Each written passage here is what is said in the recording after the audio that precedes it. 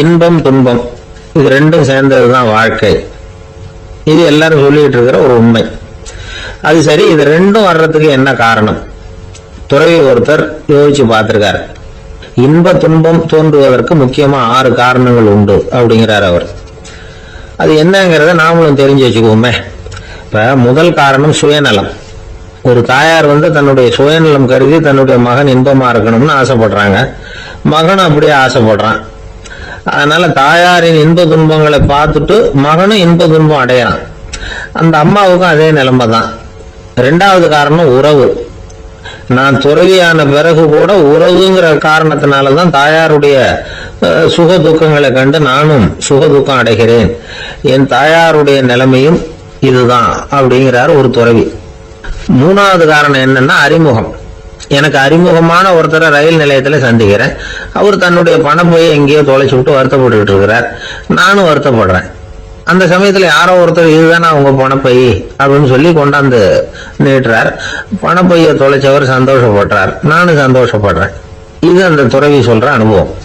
4வது காரணம் என்னன்னா கருணை. எனக்கு முன்னே தெரியாத ஒருத்தனை யாரோ ஒருத்தன் அடிச்சு காயப்படுத்தி போடுறான்.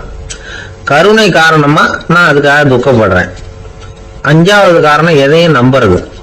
ஒரு பசுமாட்டை ஒரு முரணை அடிச்சுட்டு இருக்கிறான் அப்படின்னு ஒருத்தர் நம்மகிட்ட சொல்றாருன்னு வைங்க, உடனே நான் துக்கப்படுறேன். இன்னொருத்தர் அந்த முரணனை போலீஸ்காரங்க புடிச்சிட்டு போயிட்டாங்கன்னு சொல்லி சொல்றாரு, நான் உடனே சந்தோஷப்படுறேன். 3வதா ஒருத்தர் முதல் 2 பேரும் சொன்னது பொய்யுங்கிறார். அப்ப நான் இன்ப துன்பம் ரெண்டுமே இல்லாம நிம்மதியா இருக்கிறேன். இது ஒரு விதம். அடுத்தது 6வது காரணம் என்னன்னா தன்மயமாகுதல். ஒரு நாவல் படிச்சுட்டு இருக்கிறோம், அதுல வர்ற பாத்திரங்களோட நாம ஒன்றி போயிடுறோம். அதுல வர்ற பாத்திரங்கள் சிரிச்சுன்னா நாமளும் சிரிக்கிறோம், அது அழுதுன்னா நாமளும் அழறோம். அதெல்லாம் அந்த துறவி சொல்ற அனுபவ உண்மைகள். இன்ப துன்பம் ரெண்டும் தோன்றுவதற்கு சுயநலம், உறவு, அறிமுகம், கருணை, எதையும் நம்புறது, தன்மயமாகிறது, இது எல்லாம் தான் முக்கிய காரணம் அப்படின்னு அவர் சொல்றார். ஆக கூடி ஒட்டு மொத்தமா யோசனை பண்ணி பார்த்தா பிற பொருள்கள் மீது பற்றுதல் காரணமா தான் நாம இன்ப துன்பம் அடையிறோம் அப்படிங்கறத புரிஞ்சுக்க முடியுது. மனுஷன் இன்ப துன்பம் அடையறதுக்கு 7வது காரணம் கூட ஒண்ணு உண்டு அப்படின்னு சொல்லிட்டே வந்தார் ஒருத்தர். அது என்ன அப்படின்னு கேட்டோம். அதுதான் சார் இந்த நீங்க சொல்லிட்டு வர்ற இன்று ஒரு தகவல்னார். எப்படி சொல்றீங்கன்னு கேட்டோம். இன்று ஒரு தகவல் கேட்க ஆரம்பிக்கிறப்போ மனசுல இன்பம், ஆரம்பிச்ச உடனே இது ஏற்கனவே கேட்ட சமாச்சாரமாச்சே அப்படின்னு நினைக்கிறப்போ துன்பம் அப்படின்னு அதுக்கு ஒரு விளக்கம் கொடுத்தார். சங்கீத வித்வான்கள்ல பல வகை உண்டு. சில குறிப்பிட்ட ராகங்களை பாடுறதுல அவங்களுக்கு பெருமை வர்றது உண்டு. ஆனா ஒருத்தர் இருந்தார், அவரால் ஒரு ராகத்துக்கே பெருமை வந்தது. அந்த ராகத்தை அவர் வாசிச்சு கேட்கணும் அப்படின்னு சொல்லுவாங்க. அது என்ன ராகம்னா தோடி ராகம். சரி, அந்த வித்வான் யாருன்னா அவர் தான் திருவாவடுதுறை ராஜரத்னம் பிள்ளை. பேராசிரியர் கல்கி ஒரு சமயம் தம்முடைய பத்திரிகையில எழுதினாராம். அதை அப்படியே படிக்கிறேன் கேளுங்களேன். ஆகா, ஸ்ரீ ராஜரத்னம் பிள்ளையின் தோடி ஆலாபனையை முதலில் கேட்டபோது அவருடைய கற்பனையை விட்டு தள்ளுங்கள். நம்முடைய மனதில் என்னென்ன இன்பமயமான கற்பனைகள் எல்லாம் உதித்தன.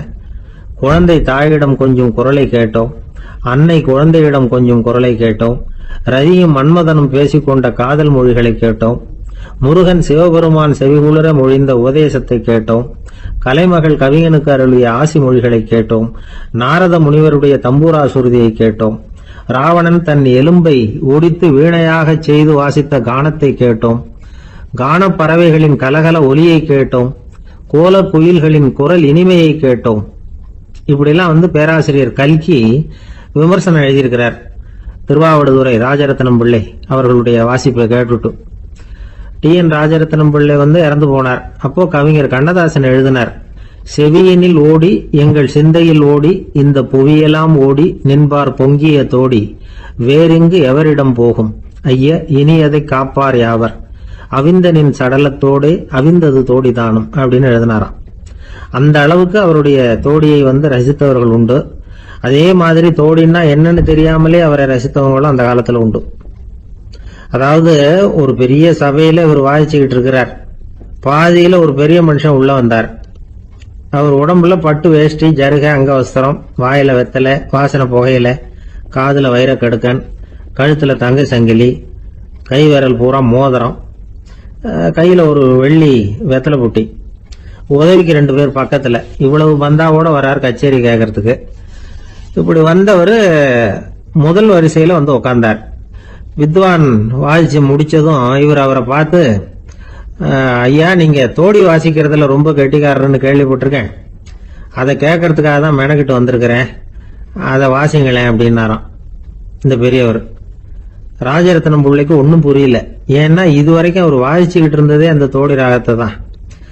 அதை வாசிச்சு முடிச்சதும் அதை வாசிங்களேன்னு இவர் கேட்கிறார். அப்படின்னா இவரோட ஞானம் எப்படிப்பட்டது? இவ்வளவும் கேட்டுட்டு இப்படி கேட்கிறாரே அப்படின்னு அவர் யோசிச்சிருக்கிறார் ராஜரத்னம் பிள்ளை. உடனே என்ன பண்ணாரு தெரியுமா? பக்கத்துல ரொம்ப சாதுவா சுருதி போட்டுக்கிட்டு இருந்த ஒரு முதுகுல ஓங்கி ஒரு குத்து விட்டாராம். அவருக்கு ஒன்றும் புரியல, எதுக்கு நம்மளை அடிக்கிறாரு இவரு, நம்மளை குத்துறாரு வித்வான்னு. அவர் அதிர்ச்சியால இவர் நிமிர்ந்து பார்த்திருக்கார். அப்ப ராஜரத்னம் பிள்ளை சொன்னாராம், ஏய்யா, ஐயா பெரிய மனுஷன், என்னுடைய பரம ரசிகர், தோடி ராகம் கேட்கணுங்கிறதுக்காக இவ்வளவு தூரம் வந்திருக்கிறார், வந்து முத வரிசையில் உட்கார்ந்துருக்கார். நீ இந்த சமயம் பார்த்து தோடி ராகம் வாசிக்கிற நாதஸ்வரத்தை வீட்டில் வச்சுட்டு வந்துட்டியே, இப்ப ஐயாவுக்காக அந்த ராகத்தை நான் எப்படி வாசிக்கிறது அப்படின்னு சொல்லிட்டு மறுபடியும் முதுகுல ஒரு அடி கொடுத்தாராம். அடி வாங்கினவருக்கே சிரிப்பு அடக்க முடியலையா. வயிறு பசிக்குதேங்கிறது சிலரோட கவலை, வயிறு பசிக்க மாட்டேங்குதே அப்படிங்கிறது சில பேரோட கவலை. 2 விதமான கவலைக்கும் வயிறு தான் காரணமா இருக்குது. வயிறு பசிச்சதுன்னா அது இயற்கை, வயிறு பசிக்கலைன்னா அது வியாதி. ஆனா பசியையும் நாம பசிப்பிணி அப்படின்னு தான் சொல்லுவோம். என்ன காரணம்?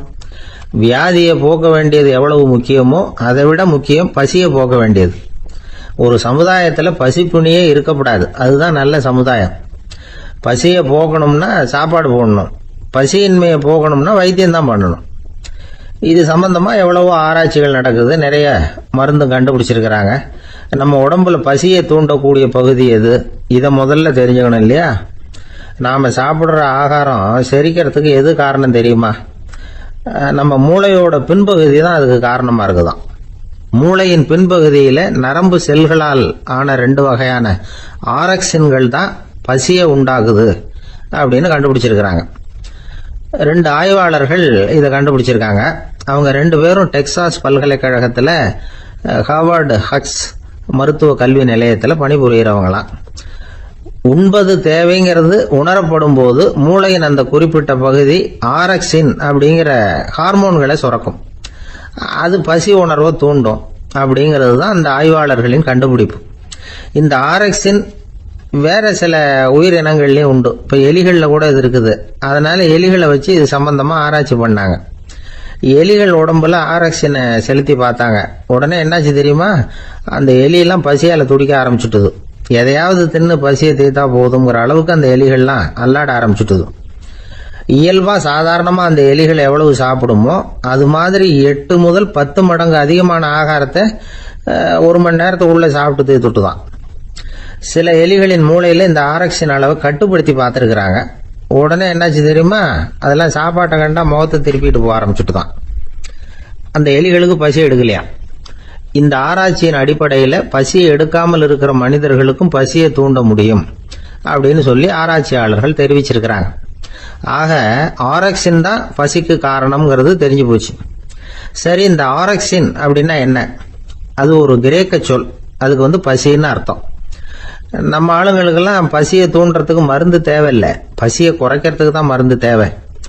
ஒரு அம்மா டாக்டரை தேடி வந்தாங்களாம்.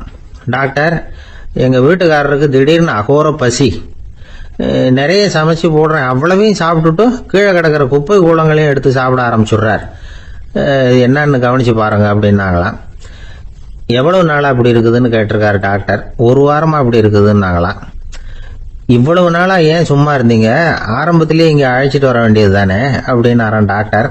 அது ஒண்ணுமில்லை டாக்டர், வீடு பூரா சுத்தமாகட்டுமேன்னு பார்த்துக்கிட்டு இருந்தேன் அப்படின்னாங்களாம். அந்த ஒருத்தர் ஓடி வந்தார், இன்னொருத்தரை பார்த்து, சார் உங்க சைக்கிளை ஒரு நாள் இரவல் கொடுங்களேன், பக்கத்து ஊருக்கு போயிட்டு வர வேண்டியிருக்கு அப்படின்னார்.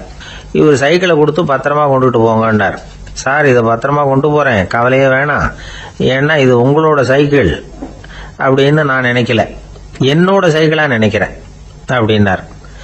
அதுக்கப்புறம் தான் இவருக்கு உண்மையாவே பயம் வந்துட்டுது. ஏன்னா அவர் சொன்னது மாதிரி அதை தன்னோட சைக்கிளாவே நினைச்சு தள்ளிட்டு போட்டா என்ன பண்றது? எது எதை நம்முடையதா நினைக்கணுங்கிறதுக்கு ஒரு வரையறை இருக்கு. சில பேர் ஆபீஸையே வீடா நினைச்சு விடுறது உண்டு.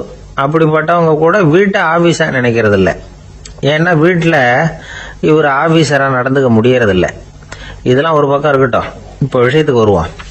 பொறியியல் மேதை டாக்டர் விஸ்வேஸ்வரய்யா இருந்தார் இல்லையா, பாரத ரத்னா விருதெல்லாம் கொடுத்தாங்களே. ஆபீஸ் வேலை வேற, சொந்த வேலை வேற அப்படிங்கிறதுக்கு ஒரு உதாரணமா இருந்தவர் அவர். மைசூர் மகாராஜா கிட்ட திவானா இருந்தார். அவர் ஒரு நாள் அரசாங்க வேலை காரணமா வெளியூர் போயிருந்தார். ஹாசன்கிற ஊருக்கு பக்கத்துல ஒரு பயண மாளிகை, அங்க தங்கிவிட்டார். ராத்திரி அங்க தங்கி இருந்துட்டு விடிஞ்சதும் ஊருக்கு திரும்புறதாக திட்டம். ராத்திரி தூங்குறதுக்கு ரொம்ப நேரம் ஆயிட்டுது. ரொம்ப நேரம் வரைக்கும் அரசாங்க சம்பந்தப்பட்ட வேலைகளையே பார்த்துக்கிட்டு இருக்கிறார். அரசாங்க ஃபைல்கள் நிறைய இருந்தது. அதையெல்லாம் ஒவ்வொன்றா எடுத்தார், படித்து பார்த்தார், பரிசீலனை பண்ணார். அதில் எழுத வேண்டியதை எழுதினார், கையெழுத்து போட்டார். ஒரு வழியாக அந்த வேலையெல்லாம் முடிஞ்சுது. அதுக்கப்புறம் என்ன பண்ணார்னா, தன்னுடைய சூட்கேஸை திறந்தார். அதிலிருந்து 2 மெழுகுவத்தியை எடுத்து கொளுத்தி வச்சார். அந்த பயண மாளிகையில் அது வரைக்கும் எரிஞ்சுக்கிட்டு இருந்த மின்சார விளக்குகளை அணைச்சிட்டார். அதுக்கு பிறகு அந்த மெழுகுவத்தி வெளிச்சத்தில் சில புத்தகங்களை தொடர்ந்து படிக்க ஆரம்பிச்சிட்டார். அந்த பயண மாளிகையில் பணியாளராக இருந்தவர் இதை பார்த்துட்டு ஓடி வந்தார். மறுபடியும் மின் விளக்கு போடுறதுக்காக போனார். விஸ்வேஸ்வரய்யா அதை பார்த்துட்டு போட வேணாம்ட்டாராம். இது வரைக்கும் நான் அரசாங்க அலுவல்களை கவனிச்சுக்கிட்டு இருந்தேன், அதனால மின் விளக்குகள் அப்போ எரிஞ்சதில் தப்பு இல்லை. இப்போ நான் புத்தகம் படிச்சுக்கிட்டு இருக்கேன், இது என்னுடைய சொந்த வேலை. இங்க இருக்கிற மின் விளக்கு அதுக்காக ஏன் எரியணும் அப்படின்னு கேட்டாராம். இப்ப இருக்கிற சில அரசு பணியாளர்கள் கிட்ட இந்த சம்பவத்தை பேச்சோட பேச்சா சொல்லி பார்த்தேன். அவங்களால இதை ஜீரணிக்கவே முடியல. நேர்மை தேவைதான் சார், அதுக்காக அவ்வளவு தூரத்துக்கு அது தேவையா அப்படிங்கிறாங்க. விஸ்வேஸ்வரய்யா அப்படி பண்ணினது தான் ஒரு நேர்மையாளர் அப்படின்னு இந்த உலகத்துக்கு நிரூபிக்கணுங்கிறதுக்காக இல்லை.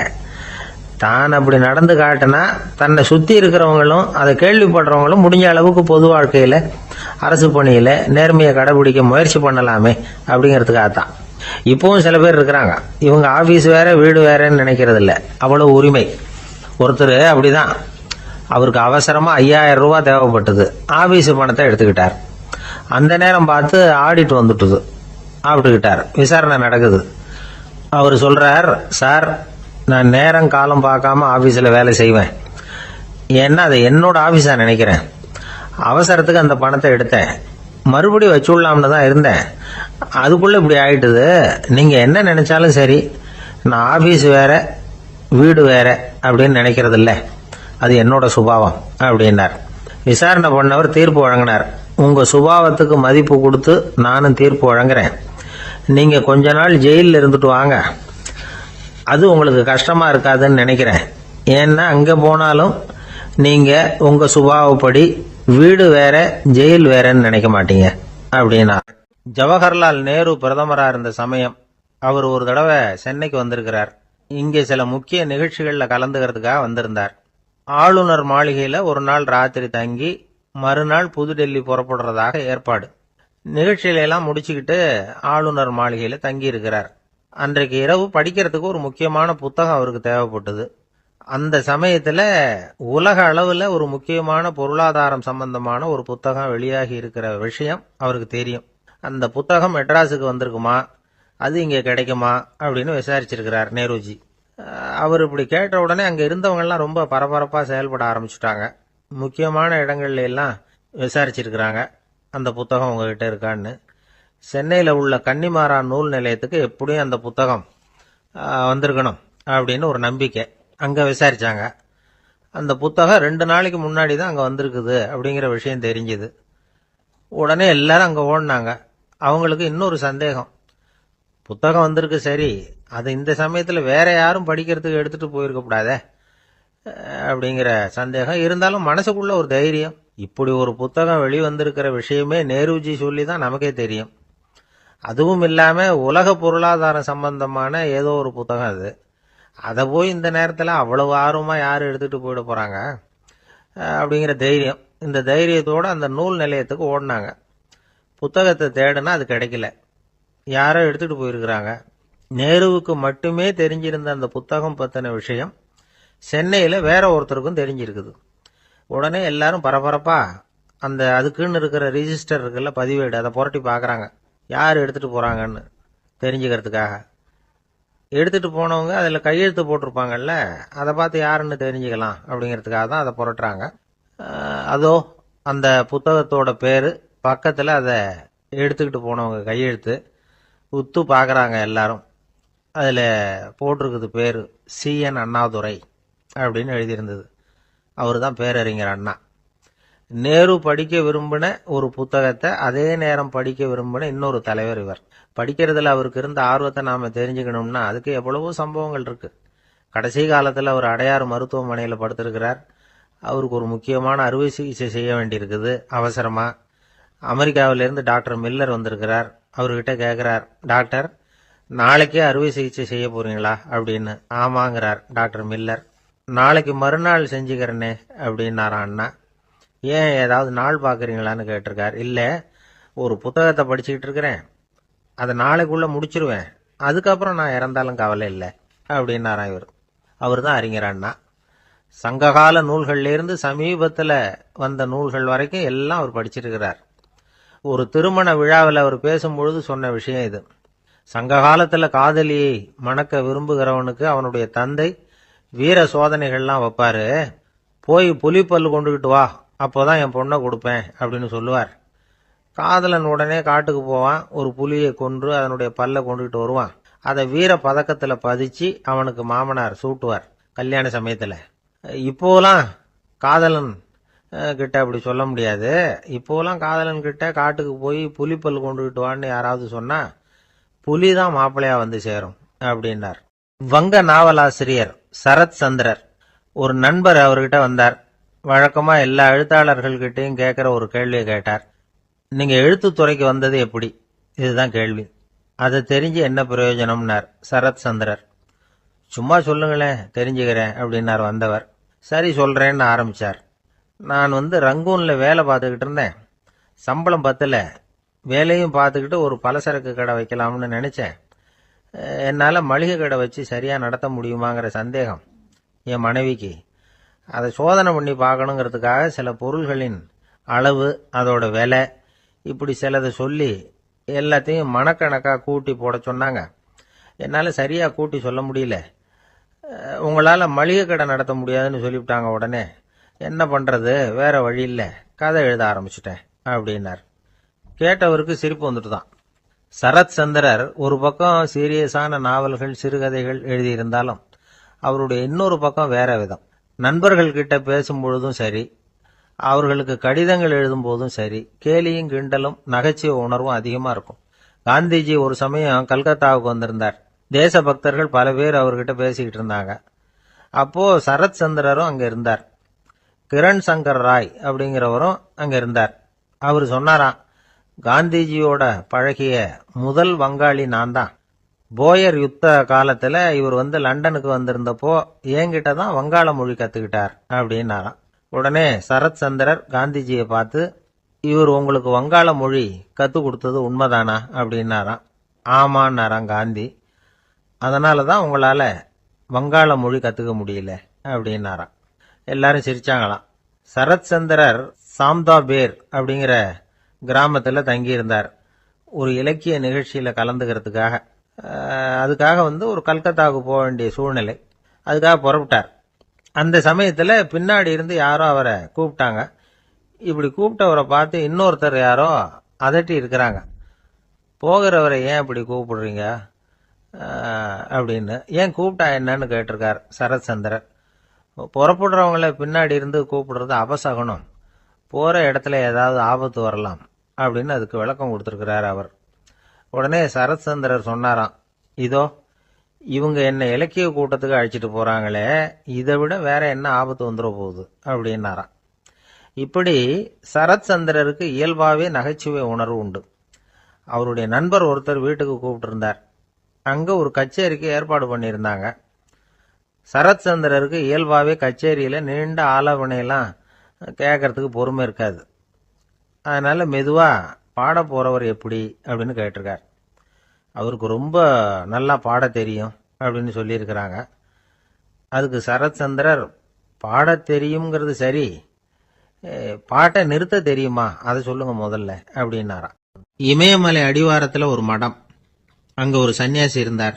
அவர்கிட்ட ஒருத்தர் வந்தார். சுவாமி, ஆசையை உதற நினைக்கிறேன், முடியல, ஒட்டிக்கிட்டே வருது அப்படின்னாராம். இப்படி உட்கார ஒரு கதை சொல்கிறேன் அப்படின்னு சொல்லி அவர் சொல்ல ஆரம்பித்தாராம். அவர் சொன்ன கதை என்னன்னா, ஒரு ஊரில் ஒரு ஆள் இருந்தான். அவன் பேர் குப்புசாமி. அவன்கிட்ட எப்பவும் ஒரு பழைய தொப்பி இருக்கும், விடவே மாட்டான். அதனால் அவனை எல்லாரும் தொப்பி சாமி அப்படின்னு தான் கூப்பிடுறது வழக்கம். ஒரு புது தொப்பி வாங்கிக்கப்படாதாப்பா அப்படின்னு நண்பர்கள்லாம் சொல்லி பார்த்தாங்க. பணத்துக்கு எங்கே போவேன் அப்படின்னு விட்டானா. பணம் வச்சிருக்கான், செலவு பண்ண மனசு வரல. மகா கஞ்சன். பழைய பாட்டில்கள்லாம் வாங்கி விற்றுக்கிட்டு இருந்தான். அப்படி ஒரு தடவை பழைய கண்ணாடி சாமான்களை ஏலத்தில் எடுத்தப்போ அதில் ஒரு அருமையான சென்ட் பாட்டில் கிடைச்சிது. உடனே ஒரு ஐடியா பண்ணான். அந்த சென்ட்டை சின்ன சின்ன பாட்டில்களில் அடைச்சி ஜன்னல் ஓரமாக அடுக்கி வச்சுட்டான். அதை விற்றா நிறைய பணம் கிடைக்குமே. அதனால் இதுக்கு இடையில ஒரு நாள் அவன் அப்படியே உட்காந்துருந்தான். அந்த நேரம் நண்பன் வந்தான். ஏண்டா உன் பழைய தொப்பியை மாற்றப்படாதா, ஊரில் எல்லாரும் கேலி பேசுகிறாங்களே உன்னை தொப்பி சாமின்னு அப்படின்னு சொல்லி கேட்டிருக்கான். இந்த சென்ட்டு பாட்டில் விற்றதும் பணம் வரும், அதுக்கப்புறம் பார்க்கலாம் அப்படின்னு நானா இவன். சரி வா நீச்சல் குளத்துக்கு போயிட்டு வருவோம் அப்படின்னு கூப்பிட்டுருக்கான் நண்பன். 2 பேரும் போனாங்க. அதே நேரம் அந்த ஊர் நீதிபதியும் அங்கே குளிக்க வந்தாராம். அவர்கிட்ட இருந்தது விலை வசந்த ஒரு புது தொப்பி. அதை அங்கே இருந்த ஸ்டாண்டில் மாட்டிவிட்டு குளிக்க போனார். இதுக்கிடையில் குப்புசாமி குளிச்சுட்டு வந்தான். அவனுடைய பழைய தொப்பியை காணலை. அந்த புது தொப்பியை பார்த்தா இது நண்பனுடைய வேலை தான் அப்படிங்கிறதாக புரிஞ்சுக்கிட்டு அதை எடுத்து மாட்டிட்டு வந்துட்டான். நீதிபதி குளிச்சுட்டு வந்து பார்க்குறாரு, தொப்பியை காணும். போலீஸில் புகார் கொடுத்தார். அவங்க தேடினாங்க. ஒரு மூலையில் பழைய தொப்பி கிடச்சிது. அடடா இது நம்ம குப்புசாமியோட தொப்பி இல்லையா அப்படின்னு நானா ஒருத்தன். உடனே அவன் வீட்டுக்கு தேடிட்டு போயிருக்காங்க. அங்கே போய் பார்த்தா புது தொப்பி அங்கே இருக்குது. உடனே அவனுக்கு 1000 ரூபாய் அபராதம் போட்டாங்களாம். அவன் பணத்தை கட்டிவிட்டு ரொம்ப எரிச்சலோடு வீட்டுக்கு வந்தான். பழைய தொப்பி கண்ணில் பட்டது. மறுபடியும் உன்னால தானே எனக்கு 1000 ரூபா நஷ்டம் அப்படின்னு சொல்லி அதை எடுத்துக்கிட்டு அப்படி போயிருக்கான். அந்த ஊர் குளத்தில் வீசி எரிஞ்சிட்டு வந்துட்டான். அது மீன் பிடிக்கிற ஒருத்தன் கையில் சிக்கிச்சு. அவன் வர்ற வழியில் அதை எடுத்து வேகமாக வீசி எறிஞ்சான். அது நேராக குப்புசாமி வீட்டு ஜன்னல் வழியாக உள்ளே இந்த சென்ட்டு பாட்டில்கள் மேலே விழுந்து எல்லாம் உடஞ்சி நொறுங்கி போச்சு. குப்புசாமி பார்த்தான். தோட்டத்தில் ஆழமாக ஒரு குழியை வெட்டினான். அந்த தொப்பியை போட்டான், மூடிவிட்டான். இதை அடுத்த வீட்டுக்காரன் பார்த்தான். ஏதோ புதையல் தான் வச்சிருக்கான் போல இருக்குன்னு நினைச்சான். போலீஸில் போய் புகார் கொடுத்துட்டான். மறுபடியும் போலீஸ் குழியை தோண்டினாங்க. பழைய தொப்பி மறுபடியும் வெளியில் வந்தது. எல்லாரும் சிரிக்கிறாங்க. அன்னைக்கு ராத்திரியே அந்த தொப்பியை எடுத்துக்கிட்டு நேராக புறப்பட்டான். ஒரு கல்லில் அதை சேர்த்து கட்டி குடிநீர் தொட்டி இருக்கும்ல அதில் போட்டுட்டு வந்துட்டான். இனிமேல் என்ன பண்ணும் பார்ப்போன்னு. ஒரு நாள் திடீர்னு குழாயெல்லாம் அடைப்பட்டு போச்சு. மாநகராட்சி அலுவலர்கள் என்னன்னு பார்த்தா அந்த பழைய தொப்பி குழாயை அடைச்சிக்கிட்டு இருக்குது. இது குப்புசாமியோட தொப்பிங்கிறது தான் எல்லாருக்கும் தெரியுமே. உடனே குடிநீரை பாழாக்கணத்துக்காக குப்புசாமிக்கு கோர்ட்டு 2500 ரூபாய் அபராதம் போட்டுவிட்டுது. அதையும் கட்டிவிட்டு வெளில வந்தான். கடைசியாக முடிவு பண்ணான். ஒரு நெருப்பு குச்சியை கிழிச்சான். தொப்பியை கொளுத்தினான். எரிஞ்சுது. எடுத்து வெளில எரிஞ்சான். கொஞ்ச நேரத்தில் தீ அணைப்பு படம் வந்துட்டுது. ஆமாம், இவன் எடுத்து எரிஞ்சது வெளியில் விழுந்து வீட்டு கூரையே பற்றிக்கிட்டு எரிய ஆரம்பிச்சுட்டுது. அவனோட பணத்தாசையும் அதோட சேர்ந்து எரிஞ்சு போச்சான். இப்படி ஒரு கதை. இந்த கதையை சொல்லி முடிச்சார் அந்த இமயமலை அடிவாரத்தில் இருந்த சன்னியாசி. இப்போ அந்த குப்புசாமி எங்கே இருக்கிறான்னு கேட்டார் எதிரில் இருந்தவர். இதோ உன் எதிரிலே இருக்கிறான், நான் தான் அந்த குப்புசாமி அப்படின்னாரான் அந்த சன்னியாசி. அந்த குப்புசாமி கிட்ட இருந்தது மாதிரி ஒரு பழைய தொப்பி நம்ம ஒவ்வொருத்தர்கிட்டையும் உண்டு. அதை எப்படி தொலைக்கிறதுன்னு தெரியாமல் தடுமாறிக்கிட்டு இருக்கிறோம். அது என்ன தொப்பிங்கிறீங்களா? அதுதான் நம்மை சூழ்ந்திருக்கிற மாயை அப்படிங்கிறார் சுவாமி சின்மயானந்தர். மெய்ஞானம் கிடைக்கிறப்போ மாயை எரிஞ்சு போகும் அப்படிங்கிறது அவருடைய கருத்து. நம்மால் ஒருத்தர் வேகமாக ஓடி வந்தார். காலில் மாட்டியிருந்த பழைய செருப்பு 2ஐயும் ஆவேசமாக தூக்கி ஒரு கிணத்துல போட்டுட்டு வெறுங்காலோட நடந்து வந்துகிட்டு இருக்கிறார். ஏன் அப்படி பண்ணீங்க அப்படின்னு கேட்டோம். அந்த செருப்புக்கு சொந்தக்காரன் பின்னாடி வந்துகிட்டு இருக்கிறான், அதனால அப்படி பண்ணேன் அப்படிங்கிறார் இவர். ஒரு நண்பர் இருக்கார். எப்போ பார்த்தாலும் கையில் ஒரு புத்தகம் இருக்கும். புத்தகம் இல்லாமல் எங்கேயும் புறப்பட மாட்டார். எதுக்காக இப்படி எடுத்துகிட்டு போகிறீங்க அப்படின்னு கேட்டால், எனக்கு இது ஒரு நல்ல நண்பன் மாதிரி. இந்த காலத்தில் எங்கே போனாலும் காத்திருக்க வேண்டியிருக்கு. அது மாதிரி சமயத்தில் நான் நண்பன் கூட பேசிக்கிட்டு இருப்பேன் அப்படிம்பாரான். ஒருத்தர் ஒரு பெரிய அரச பதவியில் இருந்தார். அவர் பதவியிலிருந்து இறங்க வேண்டிய சூழ்நிலை. அரசு கொடுத்துருந்த வீட்டை விட்டுட்டு வெளியில் வர்றார். வரும்பொழுது 2 கையிலையும் 2 பெட்டியை எடுத்துகிட்டு வந்தாராம். சார் உங்களுடைய உடைமைகள் அப்படின்னு கேட்குறாங்க அங்கே இருந்த ஊழியர்கள். இவர் தன்னுடைய கையில் இருக்கிற பெட்டியை காட்டி இதுதான் என்னுடைய சொத்து அப்படின்னாராம். ஒரு பெட்டியில் அவருடைய உடைகள், இன்னொரு பெட்டியில் அவர் விரும்பி படிக்கிற புத்தகங்கள். அவ்வளவுதான். இதுதான் இருந்துதான். புத்தகம் படிக்கிறது மனசுக்கு நல்லதுங்கிறது நமக்கு தெரியும். புத்தக வாசிப்பு உடம்புக்கும் நல்லதுங்கிறாங்க. அது நமக்கு ஆச்சரியமா தான் இருக்குது. ஒரு நபர் ஒரு வருஷத்துல சராசரியா 2000 பக்கங்களை படிச்சிருக்கணுமா, யுனெஸ்கோ பரிந்துரை. ஆனா நம்ம நாட்டில் நாம சராசரியா படிக்கிறது 32 பக்கங்கள், அவ்வளவுதான். இவ்வளவுக்கு நம்ம நாட்டில் 6000க்கும் மேற்பட்ட நாளேடுகள், 2000க்கும் மேற்பட்ட இதழ்கள், மலர்கள், இவ்வளவு இருந்தும் சரியா வரல. இந்த உலகத்துல முதல் நூலகம் எங்க எப்போ ஆரம்பமாச்சு தெரியுமா? கிமு 2500ஆம் ஆண்டுல அது ஆரம்பமாயிருக்குது. பாபிலோனியாவில் அமில் அணு அப்படிங்கிற அரசன் தான் நூலகத்தை உருவாக்கி இருக்கிறான். அப்பெல்லாம் தாள் கிடையாது, களிமண் தான். களிமண் பலகைகளில் எழுதி அது தொகுத்து அப்படியே நூலாக்கி அதை நூலகத்தில் வச்சிருப்பாங்களாம். அரசருடைய நூலகத்தில் 1000க்கும் மேற்பட்ட நூல்கள் இருந்ததாக வரலாற்று குறிப்பு இருக்குது. அது மட்டும் இல்லை, அந்த நூலகத்தில் பொருள் வாரியா, அதாவது சப்ஜெக்ட் வாரியா புத்தகங்களை வகைப்படுத்தி வச்சிருந்தாங்களாம். அதில் மிச்சம் இருந்த ஒரு 25 களிமண் பலகை புத்தகங்கள் இன்னைக்கும் பிரிட்டிஷ் அருங்காட்சியகத்தில் இருக்குதான். அச்சு தாள் இதெல்லாம் ஏற்பட்டதுக்கு அப்புறம் அமைக்கப்பட்டது தான் பிரான்சில் இருக்கக்கூடிய பாரிஸ் நூலகம். 1480 பிரெஞ்சு மன்னர் 11ஆம் லூயி இந்த நூலகத்தை அமைச்சாராம். ஆனால் அப்பெல்லாம் அரசர்கள் மட்டும்தான் நூலகத்தை பயன்படுத்த முடியுமா. அதுக்கப்புறம் 17ஆம் நூற்றாண்டில் இந்த முறை மாறி பொதுமக்கள் அங்கே போகலாம், படிக்கலாம் அப்படிங்கிற நிலைமை வந்துதான். போட்லியன் நூலகம் அப்படின்னு அதுக்கு பேர், பாரிஸ் நகரத்தில் இருக்கு. அங்கதான் நூல்களின் பட்டியல் தயாரிப்பு பண்ணி ஆரம்பமாச்சு. கல்வி வளர்ச்சியையும் நூலகத்தையும் இணைச்சவர் நெப்போலியன் போனபார்ட். முன்பணம் செலுத்தி புத்தகத்தை படிக்கிற முறையையும் அவர் தான் கொண்டுட்டு வந்தாராம். மக்கள்கிட்ட வசூலிக்கிற வரியின் ஒரு பகுதியை நூலகத்துக்கு பயன்படுத்தினவரும் அவர் தானா. நெப்போலியன் நூலகத்தில் உலகத்தில் உள்ள எல்லா மொழி நூல்களும் இருக்குதான். அங்கே ஒரு தமிழ் நூலும் இருந்திருக்குது. அது என்னன்னா கம்பராமாயணம். சோவியத் யூனியனுக்கு படையெடுத்து போனப்போ அங்கிருந்து லட்சக்கணக்கான புத்தகங்களை இந்த பனிச்சறுக்கு வாகனங்கள் இருக்குல்ல, அதில் கொண்டுகிட்டு வந்ததாக வரலாறு. அடுத்தபடியாக குறிப்பிட்டு சொல்லத்தக்க நூலகம் எதுன்னா பிரிட்டிஷ் நூலகம். மிக பழைய கையெழுத்து பிரதியெல்லாம் கூட அங்கே இருக்குது. 1753 ஆரம்பமாச்சு. அதில் உள்ள நூல்களை வரிசையாக அடுக்கினா 180 கிலோமீட்டர் நீளத்துக்கு வருமா. மிகப்பெரிய நூலகம் அமெரிக்க தலைநகர் வாஷிங்டன்ல இருக்குதான். இந்தியாவை பொறுத்த வரைக்கும் பெரிய பழைய நூலகம் எதுன்னா கல்கத்தா நூலகம். எல்லா இந்திய மொழி நூல்களும் இங்கே உண்டு. மகாகவி பாரதியார் நடத்தின இந்தியாங்கிற இதழின் எல்லா பிரதிகளும் அங்கே பாதுகாப்பாக இருக்குது. படிக்கும் பழக்கம் இங்கே வளர வேண்டியிருக்குது. ஒருத்தர்கிட்ட ஒரு புஸ்தகத்தை கொடுத்து விமர்சனம் எழுத சொல்லியிருந்தாங்க. கொஞ்ச நாள் கழிச்சு அவரை போய் பார்த்து, என்னங்க புஸ்தகத்தை படித்து பார்த்தீங்களா அப்படின்னு கேட்டாங்களாம். இதுக்கு அவர் சொல்லியிருக்கிறார், இன்னும் நான் படித்து பார்க்கலிங்க, இப்போ தானே விமர்சனமே எழுதி முடிச்சிருக்கிறேன், இனிமே தான் படிக்கணும் அப்படின்னாராம். ஒரு தடவை நாரதர் ஒரு தெரு வழியா போய்கிட்டு இருந்தார். வழியில ஒருத்தர் வேத சாஸ்திரம்லாம் படிச்சுக்கிட்டு உட்காந்துருந்தார். அவர் நாரதரை பார்த்து, எங்க போயிட்டு இருக்கிறீங்கன்னு கேட்டார். கடவுளை பார்த்துட்டு வரலாம்னு போயிட்டு இருக்கிறேன் அப்படின்னாரு நாரதர். அப்படின்னா அவர்கிட்ட, எனக்கு எப்போ முக்தி கிடைக்கும்னு கேட்டுட்டு வாங்களேன் அப்படின்னார் இவர். சரி, கேட்டு வரேன் அப்படின்னு சொல்லிவிட்டு நாரதர் நடந்தார். கொஞ்ச தூரத்துல ஒரு மரத்தடியில ஒரு தொழிலாளி செருப்பு தைச்சிக்கிட்டு உட்காந்துருந்தார். அந்த ஆளும் அதே மாதிரி கேட்டுக்கிட்டார், எனக்கு எப்போ முக்தி கிடைக்கும்னு கடவுள்கிட்ட கேட்டுக்கிட்டு வாங்களேன்னார். அவர்கிட்டையும் சரின்னு சொல்லிவிட்டு நாரதர் நேரா வைகுண்டத்துக்கு சேர்ந்தார். கடவுளை பார்த்தார். இவங்க 2 பேரும் சொல்லி அனுப்பின விஷயத்தை பத்தி கேட்டார். அதுக்கு கடவுள் சொன்னாரு, அந்த செருப்பு தைக்கிற தொழிலாளி உடல் நீத்ததும் உடனே என்ன அடைவான். ஆனா அந்த சாஸ்திரம் படிச்ச ஆள் இப்போதைக்கு என்கிட்ட சேர மாட்டான். அவன் இன்னமும் பல பிறவிகள் எடுத்து அங்கேயே இருக்க வேண்டி இருக்குது. எப்போ இங்க சேருவான்னு எனக்கே தெரியாது அப்படின்னார். நாரதருக்கு இதோட ரகசியம் என்னங்கிறது புரியல.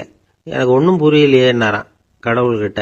சீக்கிரம் புரிஞ்சுக்குவேன், நீ திரும்பி போறப்போ நான் இங்க வைகுண்டத்துல என்ன செஞ்சுக்கிட்டு இருக்கேன்னு கேட்டா, ஒரு ஊசியின் துவாரத்துல ஒரு யானையை கோத்துக்கிட்டு இருக்கிறேன்னு அவங்க கிட்ட சொல்லு அப்படின்னார் கடவுள் சிரிச்சுக்கிட்ட. நாரதர் பூமிக்கு திரும்பினார். கடவுளை பார்த்தீங்களா, எப்படி இருக்கார் அப்படின்னு விசாரிச்சார். வேத சாஸ்திரம் படித்தவர். ஓ பகவானா, அவர் யானையை ஊசியின் காதுல நுழைச்சிக்கிட்டு இருக்கிறார் பார்த்தேன்னார் நாரதர். ஊசி காதுல யானையா, அது எப்படி முடியும்? நீங்க சொல்றத நான் நம்ப மாட்டேன்னு விட்டார் அவரு.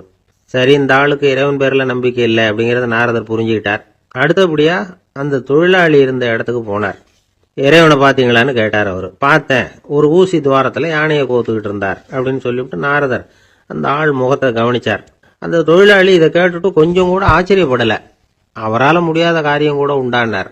என்ன இப்படி சொல்ற, ஊசியின் துவாரத்தில் யானையை கோக்க முடியும்னு நீ நம்புறியா அப்படின்னு கேட்டார் நாரதர். நிச்சயமா நம்புறேன்னார் அவர். அது எப்படி அப்படின்னு கேட்டார் இவர். இதை பாருங்க, நான் இந்த ஆலமரத்தடியில தான் தினமும் உட்காந்துருக்கிறேன். தினமும் இந்த மரத்திலிருந்து எவ்வளவோ பழம் கீழே விழுது. இந்த பழத்தில் இருக்கிற ஒவ்வொரு விதையிலேயும் உள்ள ஒரு ஆலமரம் இருக்குது. ஒரு சின்ன விதைக்குள்ள ஒரு பெரிய ஆலமரம் இருக்க முடியுங்கிறப்ப ஊசி துவாரத்துல கடவுள் யானையை நுழைய வச்சாருங்கிறத ஒத்துக்கிறதுல என்ன கஷ்டம் இருக்கு அப்படின்னு ரொம்ப சர்வசாதாரணமா பதில் சொன்னாராம் அந்த தொழிலாளி. நாரதர் யோசனை பண்ணார். இந்த தொழிலாளி வேத சாஸ்திரங்களை எல்லாம் படிக்கலைன்னா கூட அறிவுபூர்வமா சிந்திச்சு இறைவனை நம்புறான். அதனாலதான் கடவுள் இந்த ஆளுக்கு சீக்கிரம் முக்தி கிடைக்கும்னு சொன்னார் அப்படிங்கிறத புரிஞ்சுக்கிட்டாராம். இந்த கதையில வர்ற கடவுள், நாரதர், வைகுண்டம் இதெல்லாம் ஒரு பக்கம் இருக்கட்டும், ஒரு சின்ன விதைக்குள்ள ஒரு பெரிய ஆலமரம் தூங்கிக்கிட்டு இருக்கு அப்படிங்கிற உண்மை, அந்தரத்துல 1000 கிரகங்கள் சுத்திக்கிட்டு இருக்குங்கிற உண்மை, இதெல்லாம் நாம பார்த்துக்கிட்டு தானே இருக்கிறோம். இந்த உண்மைகள் அதிசயமா நமக்கு தெரியறதுனால அதை நம்பாம இருந்துட முடியாது. இயற்கையை பரிபூர்ணமாக நம்புங்கள், அந்த நம்பிக்கையே நம்ம வாழ்க்கைக்கு ஆதாரம் அப்படிங்கிறத விளக்கறதுக்காக தான் இந்த கதை. இந்த காலத்துல நம்ம பிள்ளைங்களுக்கெல்லாம் இது மாதிரி நம்பிக்கை அதிகமாவே இருக்குது. ஒரு நாள் ஒரு சின்ன பையன் கிட்ட கேட்டேன், ஏன்பா கடவுள் ஒரு பானைக்குள்ள ஒரு யானையை நுழைய வச்சுட்டாருன்னு சொன்னா அதை நீ நம்புவியா அப்படின்னு கேட்டோம். நம்புவேன் சார், அது ஒன்றும் பெரிய அதிசயம் இல்லைன்னா. எப்படிறான்னு கேட்டோம். எப்படின்னா அந்த பானை அந்த யானையை விட பெருசா இருந்திருக்கும், அவ்வளவுதான் அப்படின்னு சொல்றான்.